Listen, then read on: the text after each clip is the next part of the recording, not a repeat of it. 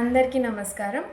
ఇవాళ మనం voice of గీత ఛానల్లో భగవద్గీత సిరీస్ 12వ అధ్యాయంలో ఇంకా భక్తియోగం గురించి శ్రీకృష్ణ పరమాత్ములు ఇంకా ఏం చెప్పారో ఇవాల్టి వీడియోలో 12వ శ్లోకం ద్వారా తెలుసుకోబోతున్నాము.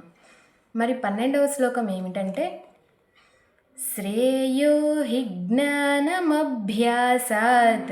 జ్ఞానాధ్యానం విశిష్యతే ధ్యానాత్ కర్మఫలత్యాగః త్యాగాచాంతిరనంతరం.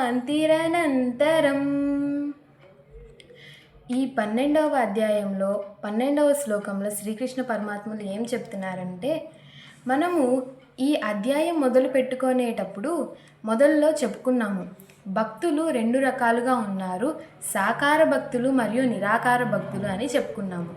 సాకార భక్తులు అంటే ఏంటి? ప్రతినిత్యం వారు ఏ పని చేసినా కూడా దైవనామ స్మరణ చేస్తూ ప్రతినిత్యం దేవుని సన్నిధిలో ఉంటూ గడిపేవాళ్ళు. నిరాకార భక్తులు అంటే ఏంటి? జ్ఞానము ద్వారా, ధ్యానము ద్వారా దేవుని యొక్క సన్నిధికి చేరుకునే భక్తిని నిరాకార భక్తి అంటాము. కానీ నిరాకార భక్తులు, సాకార భక్తులు ఇరువురు కూడాను భగవంతుని సన్నిధికి చేరుకుంటారు అని తెలుసుకున్నాం ఇంతకుముందు శ్లోకాలలో మనము. అయితే ఈ శ్లోకంలో ప్రత్యేకంగా ఏం చెప్తున్నారంటే, అభ్యాసము అంటే ప్రాక్టీస్ అన్నమాట. మనము ప్రతినిత్యము చేస్తూ ఉంటాము, భగవంతుని పూజిస్తూ ఉంటాము, ఏ పని చేసినా భగవంతుని నామస్మరణ చేస్తాము. ఇలా అభ్యాసం చేయటం చాలా గొప్పది.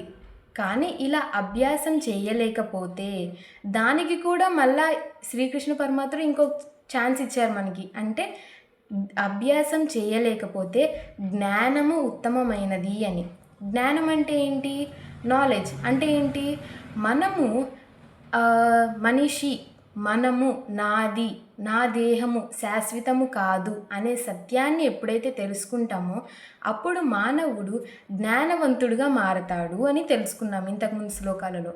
అయితే ఈ అభ్యాసం కన్నా జ్ఞానము ఉత్తమమైనది.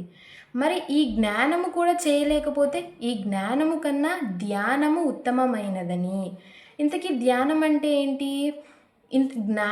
జ్ఞానము అంటే మనము సత్యాన్ని తెలుసుకోవటం, మన దేహం మనది శాశ్వతం కాదు అనే సత్యాన్ని మనం గ్రహించటం జ్ఞానం.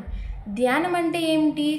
మన యొక్క మనసు అనేది ఒక పని మీద లగ్నం చేసి ఆ పని మీద కేంద్రీకరించి మన మనసుని అదే పనిగా మన మనసుని కంట్రోల్ చేసుకుంటూ దాని మీదే ఉంచడం అన్నమాట.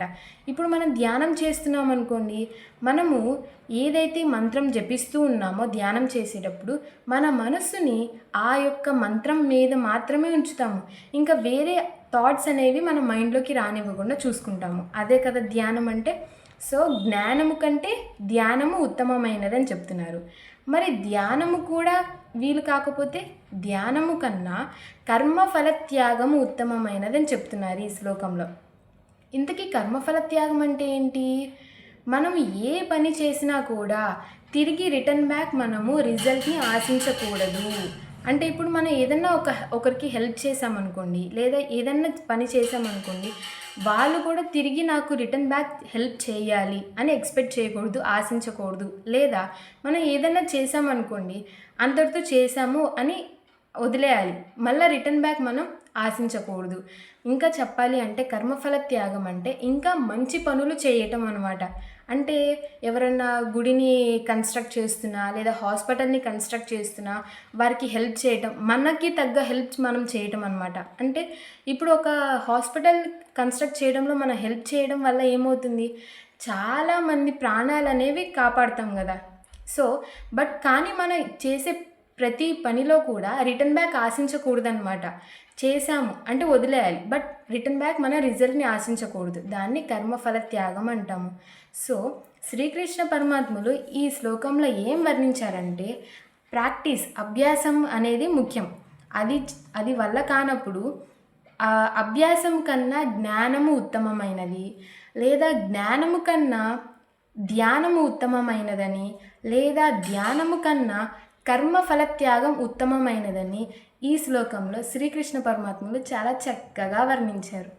ఇంకా శ్రీకృష్ణ పరమాత్ములు ఈ భక్తి యోగంలో ఏం వర్ణించారో మిగతా వీడియోస్లో మిగతా శ్లోకాల్లో తెలుసుకోబోతున్నాము. ఈ వీడియో కనుక మీకు నచ్చినట్లయితే లైక్ చేయండి, షేర్ చేయండి.